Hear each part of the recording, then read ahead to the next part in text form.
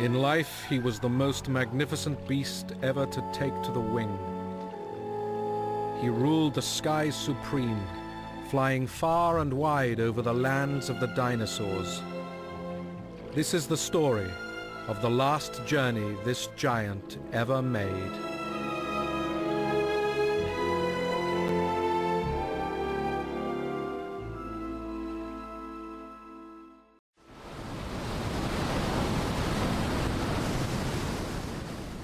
It is the beginning of a period in Earth's history called the Cretaceous, and the movement of the continents is not only breaking up the giant northern and southern land masses, but it continues to push up sea levels.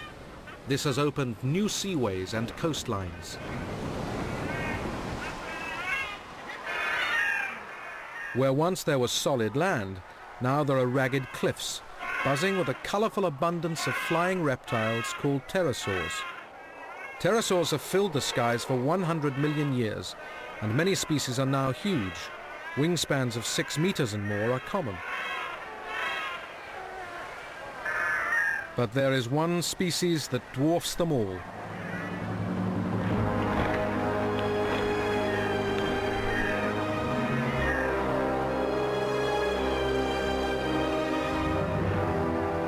He is Ornithocheirus, 12 meters from wingtip to wingtip, and a body bigger than a man's.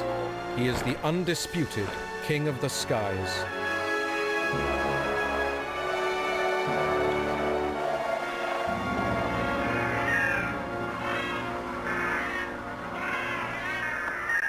This giant is over 40 years old.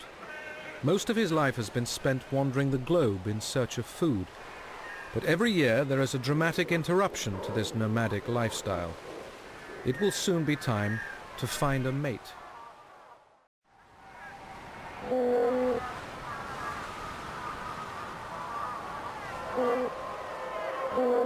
Instinct is telling the Ornithocheirus that it is time to move on.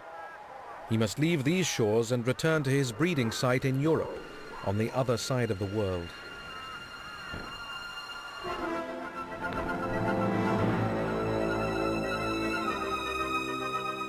For this giant of the sky, it will be the last great flight he ever makes.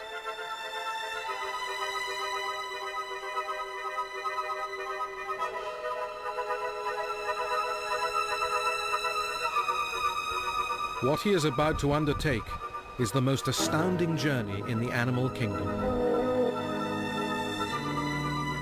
From the shores of the great southern continent, he will travel to North America, cross the Atlantic Seaway, and fly on to the islands which mark where Europe will one day be formed. Spread out below him will be the majesty and spectacle of a world ruled by dinosaurs.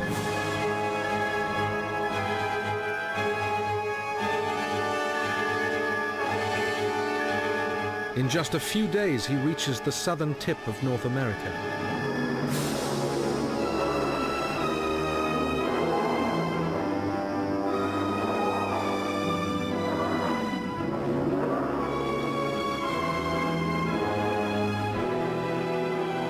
Below him, a column of iguanodons stretches along a beach, grazing the edge of a dense forest. 1,000 tons of dinosaur are on the move.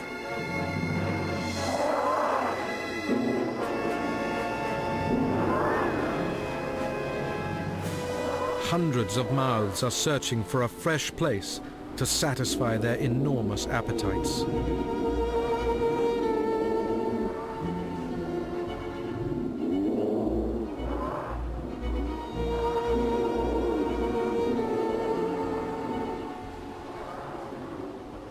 The young play around the adults. Although these herbivores walk on 4 legs, iguanodon can run on just 2.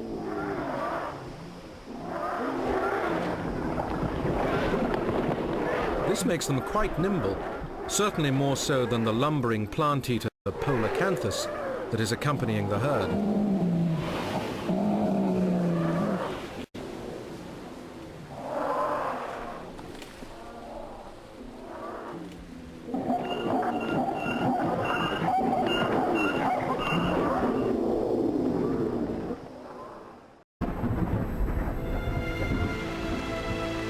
The climate in the time of the dinosaurs is warm and tropical.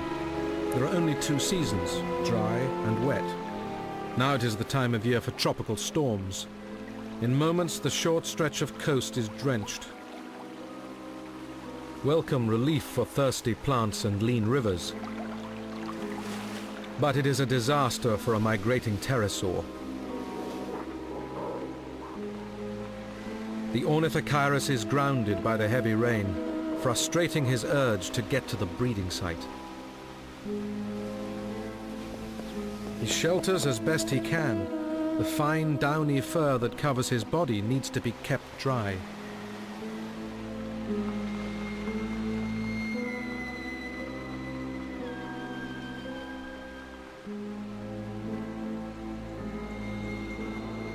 For the iguanodon herd, the rain is no hindrance.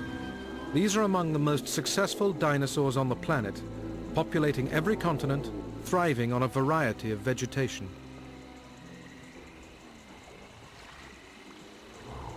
The river estuary provides them with an ideal break in the forest. There is fresh water, and the banks here are thick with lush podocarp scrub and tree ferns.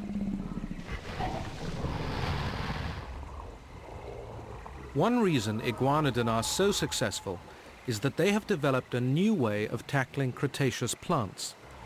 Most dinosaurs can only crudely slice food with their teeth, but iguanodon are the first herbivores to have back teeth that can grind up vegetation before swallowing. This ability to chew speeds digestion of even the toughest plant material.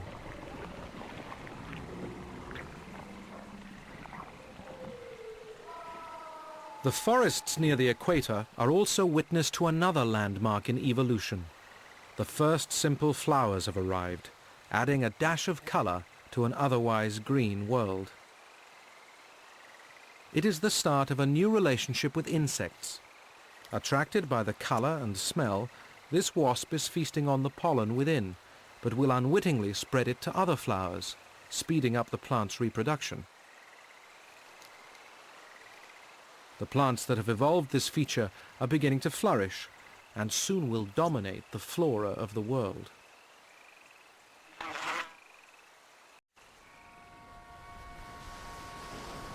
The next day, the weather starts to improve.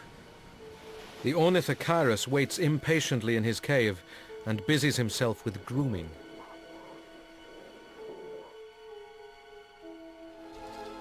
He is plagued by biting parasites that tap into the blood vessels on his wing membrane.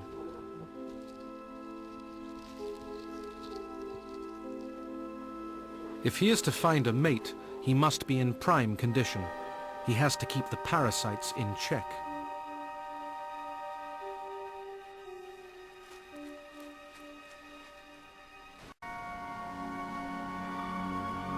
In the morning air, smaller reptiles are now out on the wing. But the Ornithocheirus is so large, he must wait until the heat of the day creates warm updrafts of air strong enough to lift him.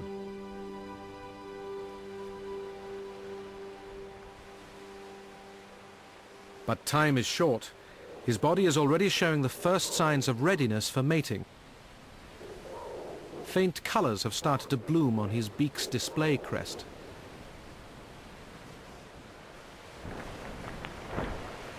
At last he can resume his epic journey.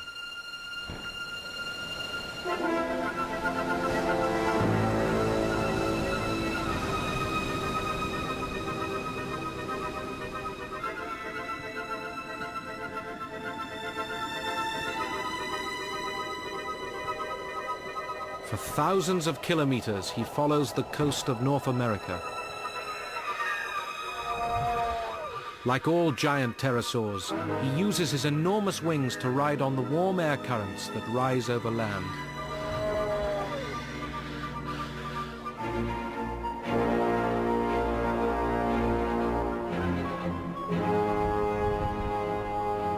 His whole body weighs less than 100 kilograms. And this helps him glide effortlessly over huge distances. But soon he must face open water. This is the young Atlantic. but is still only 300 kilometers wide. To reach the other side, he will need all his gliding skills to exploit the air currents that form over waves. Along the way, he must feed.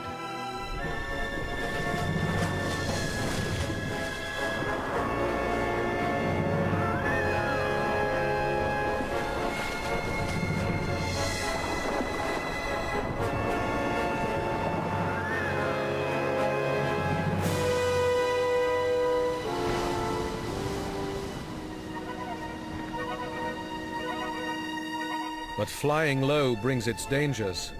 Hungry monsters watch him from below the waves.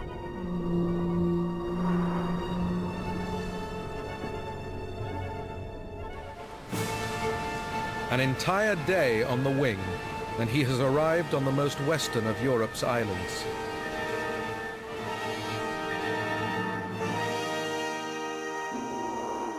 Once again, the landscape is dominated by a huge herd of iguanodon.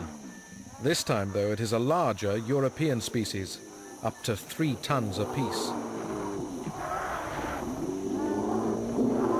These animals are again accompanied by a spiky polacanthus. These armored herbivores are often found around iguanodon herds, presumably for mutual protection. There is safety in numbers.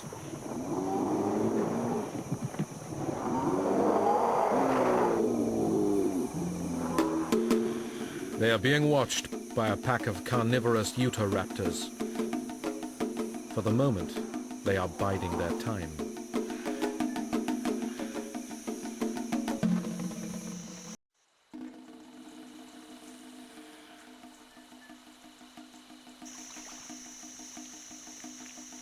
Under cover of the pencil pines, a female Utahraptor has been stalking.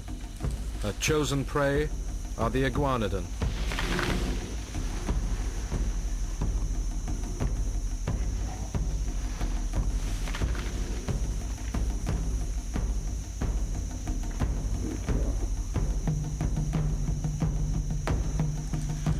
Somewhere close by are the rest of the pack.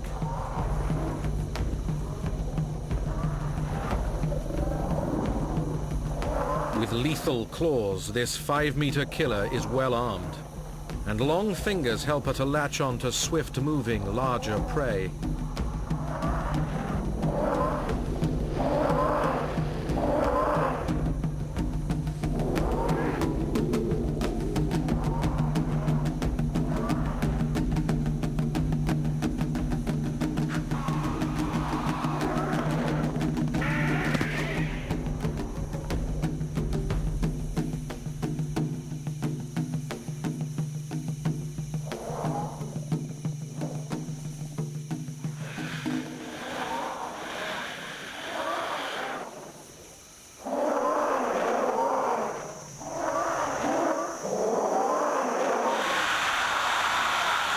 Raptors have the short legs of a sprinter and do not pursue their prey for long. This one saves her energy for later.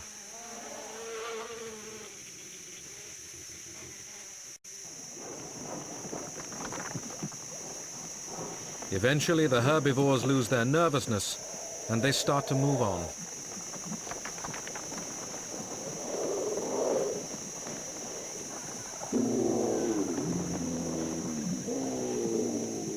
As the iguanodon file down to a lake to drink, a polacanthus lags behind to gorge on conifers and becomes separated from the herd. The Utahraptors soon reappear, tails held rigid for balance. But the polacanthus displays his formidable defenses. For a predator, there are far easier meals nearby.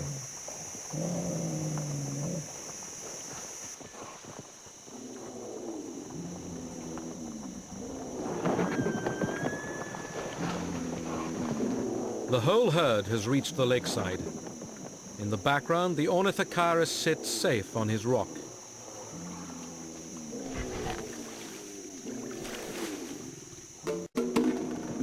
The raptors are closing in.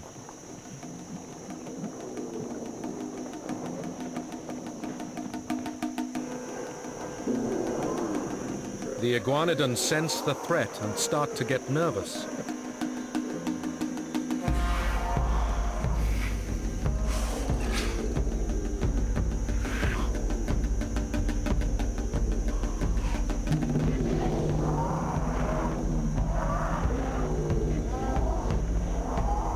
After one unsuccessful attack, the raptors are being more cautious, and it is paying off.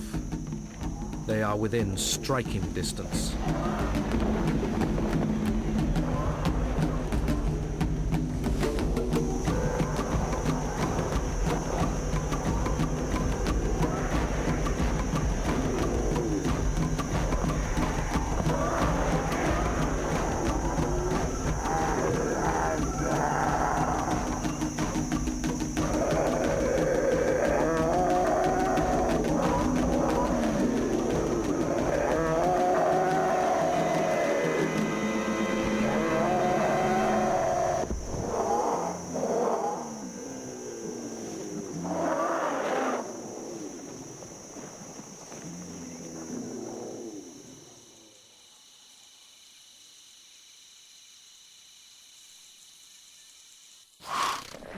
This is the first kill the pack have made for over a week. They will eat as much as 100 kilograms each in one sitting. The youngest of the Utahraptors hovers nearby. There is a strict pecking order to this feast, and the large adults come first.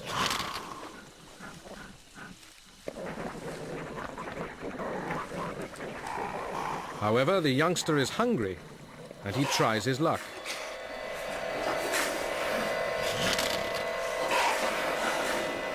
The response from the adults is immediate and intimidating.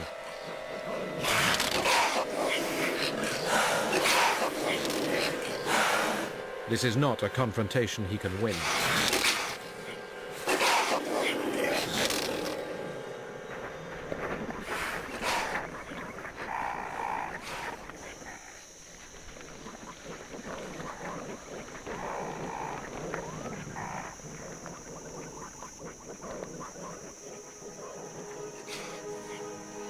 High above, the Ornithocheirus has to leave these killing fields for a safer place to pass the night.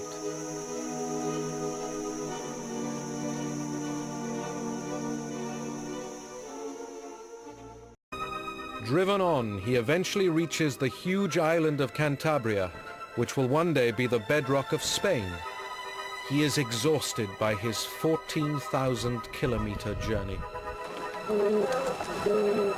Ahead lies the mating ground. Every year of his adult life he has returned to this same spot to mate. Already the beach is full of male Ornithocheirus noisily competing for space.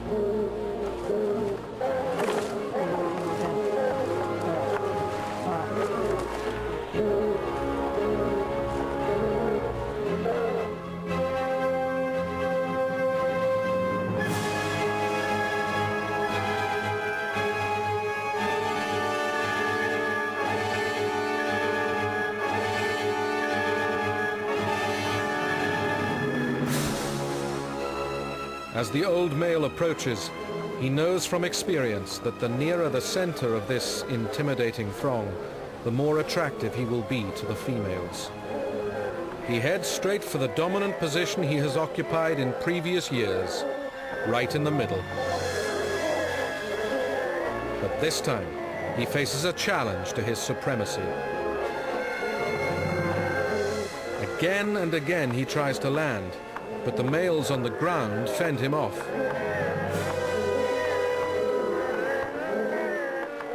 Eventually his weariness tells, and he has to land elsewhere.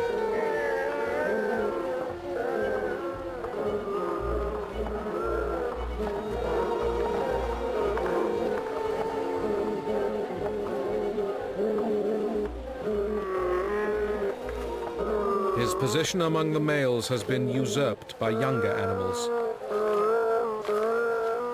They advertise their vigor and size to warn off rival males and to attract females out of the air.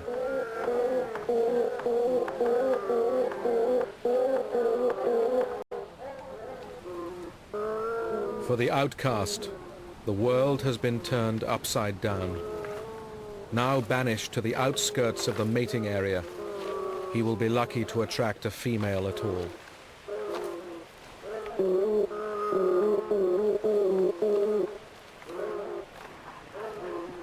In the blistering heat of midday, his instincts force him to keep trying.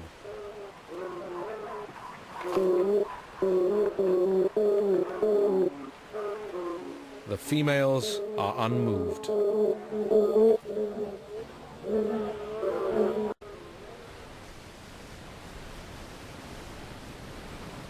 Three days later, and at last the breeding site is emptying of males. It is still fiercely hot.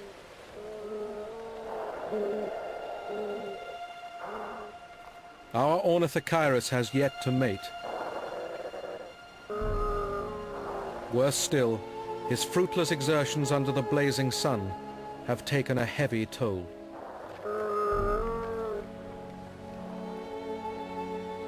Heat stress and lack of food have all but killed him. The king of the skies has lost his majesty.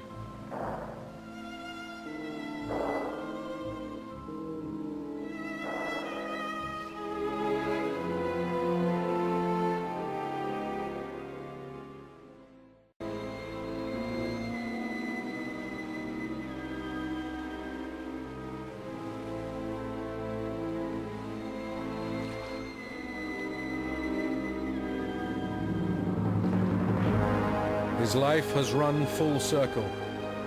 In his time he traveled the globe, but death finds him here, in the very same place where he first mated some 40 years ago.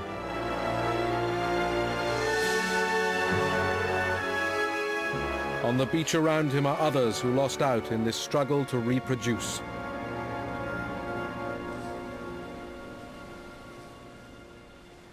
But nature is seldom wasteful. They have become food for the next generation.